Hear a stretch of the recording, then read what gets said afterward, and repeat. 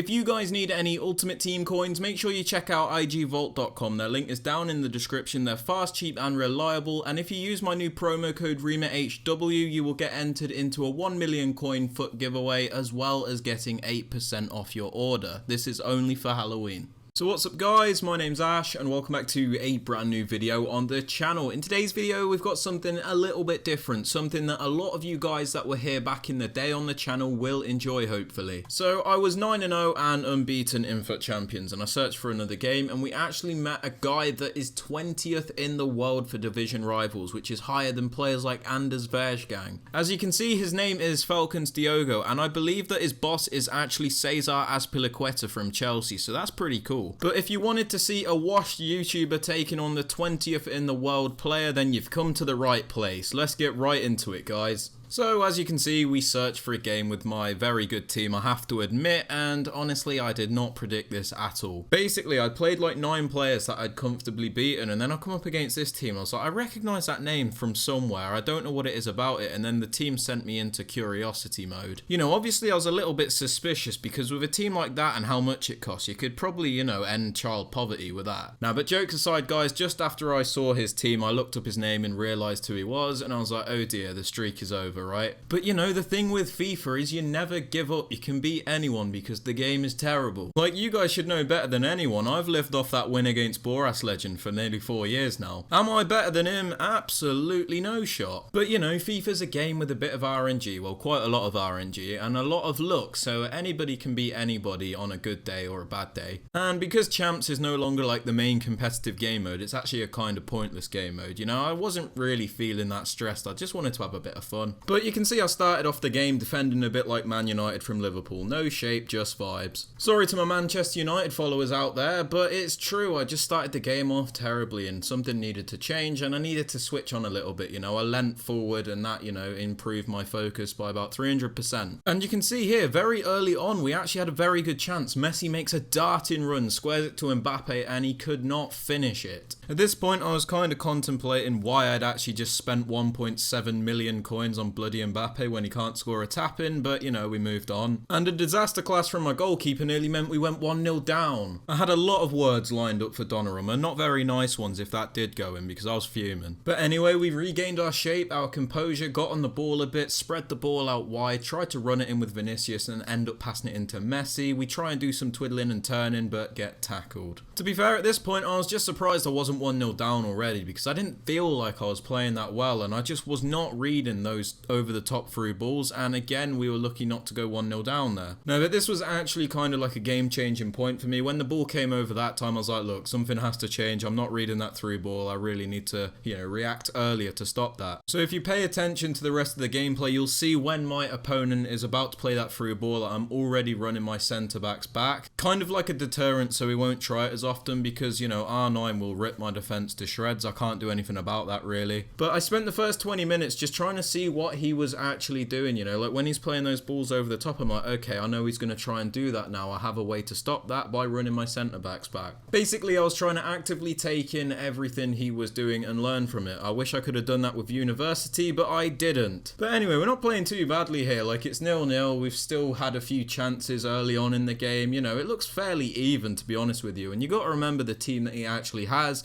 I know mine is also very good, but it does not compare to like R9 and Ginola. Oh, and can we talk about how Marquinhos pretty much just assaulted Messi and I didn't get a penalty kick from that? Honestly, I know I was playing a pro and everything, but that kind of tilted me. I'm not entitled, but it was like, come on, that's a bit of a foul, innit? But from the neutral perspective, I'd say it was a fairly even game, you know. He's had a couple of chances. I missed that sitter with Mbappe. Messi missed that chance. You know, it's been fairly even. And after a fairly shaky start, I actually think we grew into the game quite well. I was pressing quite well with the second man. I felt pretty compact defensively, and I was kind of just reading everything he was trying to do, really. But you know, the difference between a pro player like him and an elite division washed player like me is that he can do this kind of thing consistently. You know, he doesn't just have one good half. You know, because this isn't meant to be me sounding cocky, but when I actually focus, when I actually give it everything I've got, I can pretty much hold my own against anyone. You know, that doesn't mean I'll win against them or anything. It just means I'm a very difficult person to play against. Unfortunately, that's just the kind of player I am. Like, I play very well against the top opponents, but when I come up against somebody that's not as good as me, for example, I struggle. I don't know why that is.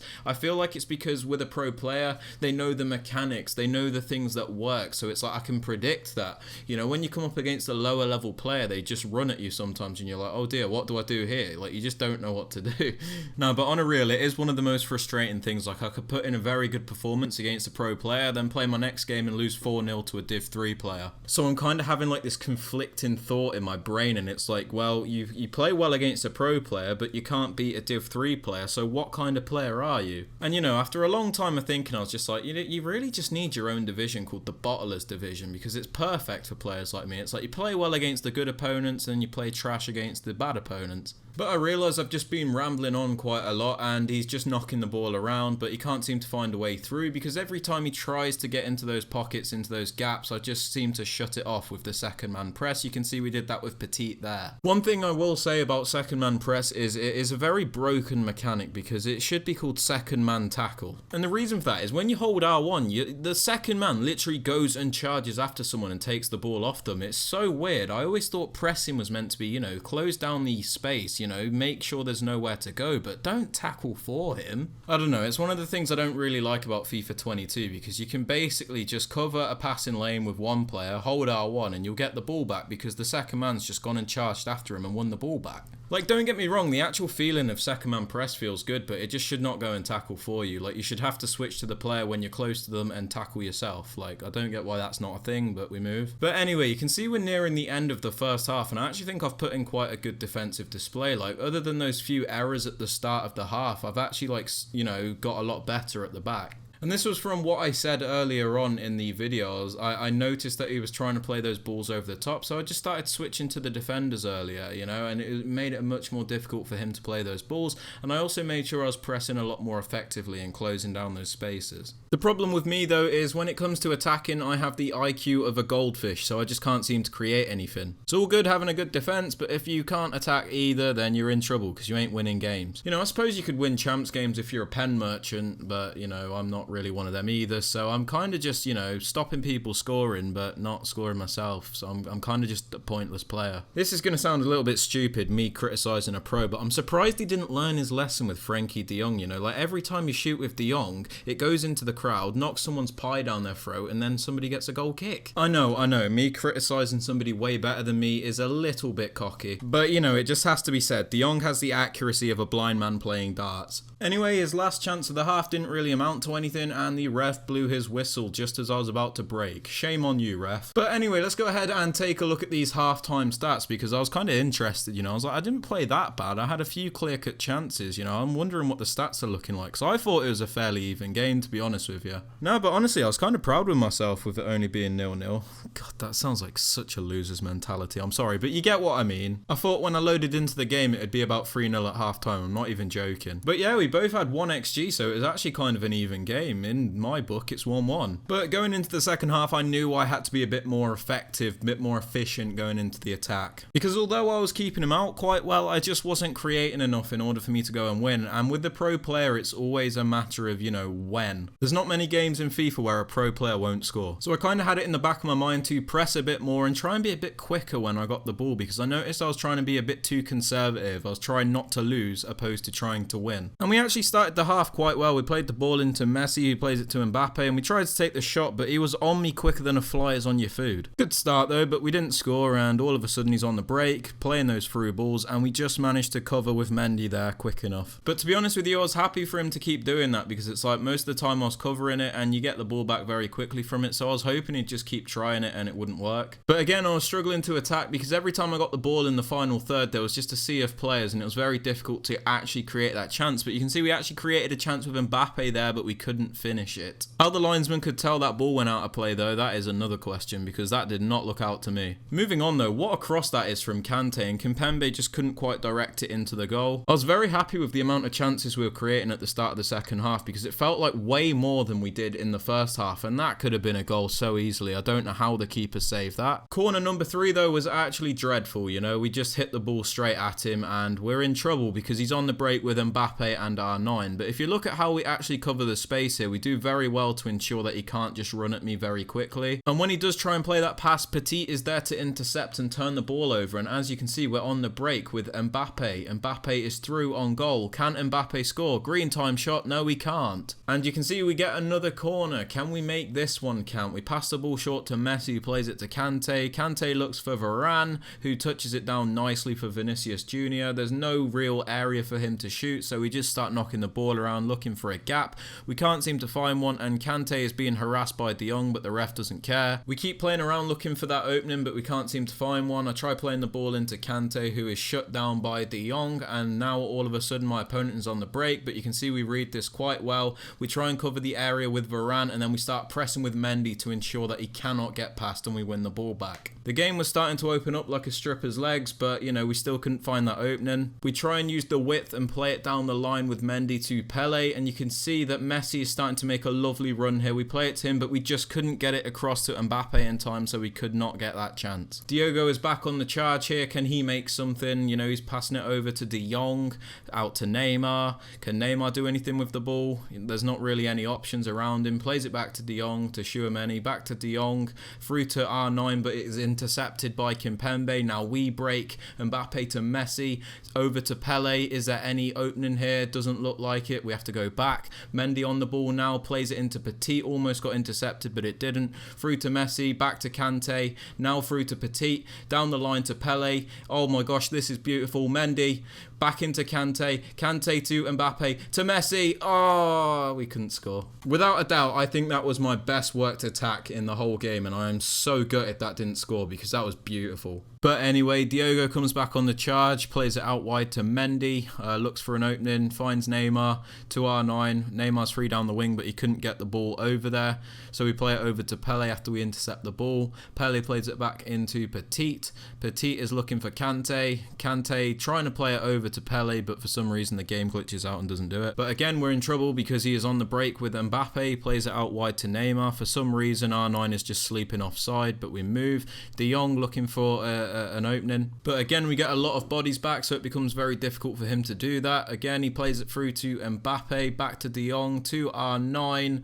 R9 goes for the finesse shot, does not quite work out for him. We were under quite a lot of pressure at this point though, so I was just trying to keep my defensive solidarity, but it was proving more and more difficult because at this point I feel like he just went a lot more attacking. He was a lot more controlled on the ball and he had a lot more players up there. I was trying not to be too aggressive with my defense because obviously if you pull a player out of position it becomes very easy to be played through. So I was playing quite passively, just waiting for a chance to take the ball when he took a bad touch, and what did we say about De Jong? He's done it again. Seriously guys, if you have De Jong, do not shoot with him. I don't know what it is with him, like his shooting's not even the worst in the game, but he just cannot shoot. Like I genuinely think my Kimpembe has a better shot on him than De Jong. But again, it's been a fairly even half, and I actually think we've had more chances than him in this half. And this isn't meant to be me being biased to myself, but I genuinely feel like we could be about 2 or 3 up in this half. But the main thing is we weren't, so we were still drawing 0-0 and the game was coming to an end. Obviously we have to go to extra time if it's still a draw after 90. At this point I really did not want to concede a late goal because that would have actually annoyed me a little bit. But again, you can just see he's trying to wriggle his way through with R9, but we don't let that happen and we win the ball back quite easily.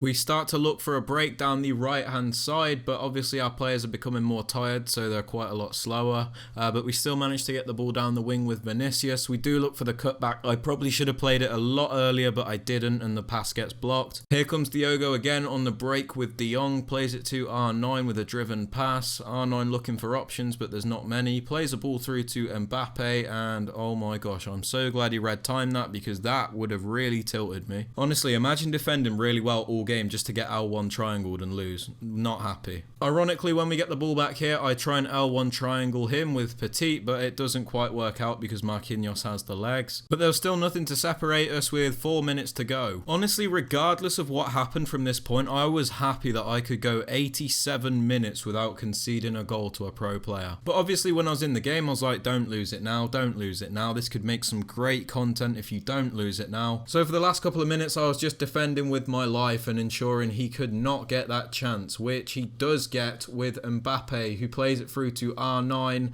Can R9 create anything? He sends me to Tesco and back, but he hits the post. I was very lucky not to lose the game there and then, so it looks like we're heading to extra time, but is there any time for me to create a chance in the last minute of the game? We play the ball to Vinicius, to Mbappe, we try and look for Messi, but it's covered. Yeah, I play the ball anyway. What am I doing? But that was the end of the 90 minutes, which meant we had to go to extra time because we were still drawing, of course. And to be completely honest with you guys, all bias aside, I think it was a fairly even game. I do not think there was that much between us. Of course, this guy is much better than me. He's a pro player. But I'm on about in this game, it was genuinely quite an even game. Look, 2.3 XG versus 2.2, 9 shots versus 8. The only real difference was the possession stat. So we go into extra time hoping to just snatch a goal or maybe win on penalties. You know, this would be amazing content if we can do it. But anyway, we start the first half of extra time with the ball looking for an opening. We find Messi with Mbappe, but he's got nowhere to go really. But he does somehow manage to get the ball out wide to Dembele, who we subbed on.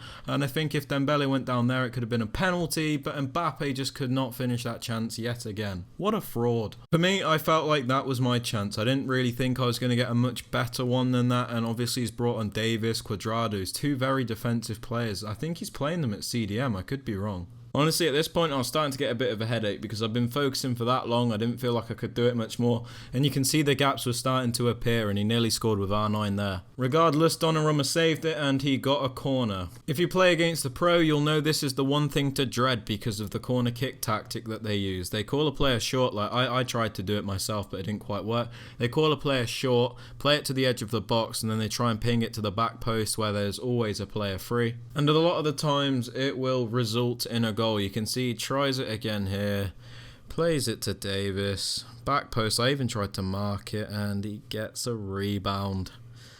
But I'll be honest guys, not a lot really happens from this point because obviously he's just trying to see the game out. He doesn't want me to get one back, so I've just sped it up for you guys and so you can basically see the, you know, how the rest of the game pans out. But yeah, that was me against the player ranked 20th in the world. Personally, I don't think I did that bad, and I actually thought it was quite a good game. Don't take too many of the things I said in this game serious. I mainly did this for a laugh because I thought you guys would enjoy it. No, but honestly, I thought it was just a fun game and I thought it made some good content, so I decided to, you know, make a video out of it. Hopefully it bangs, right? But yeah, that is everything for the video, guys. If you have enjoyed it, I'd very much appreciate it if you could drop it a thumbs up, as that does really help me out. Subscribe to the channel if you are new so you never miss out on any videos like this one, and don't forget to turn on notifications so you are notified when a video is posted. And with all that aside, guys, I hope you have a fantastic rest of your day, and I'll catch you all in the next video.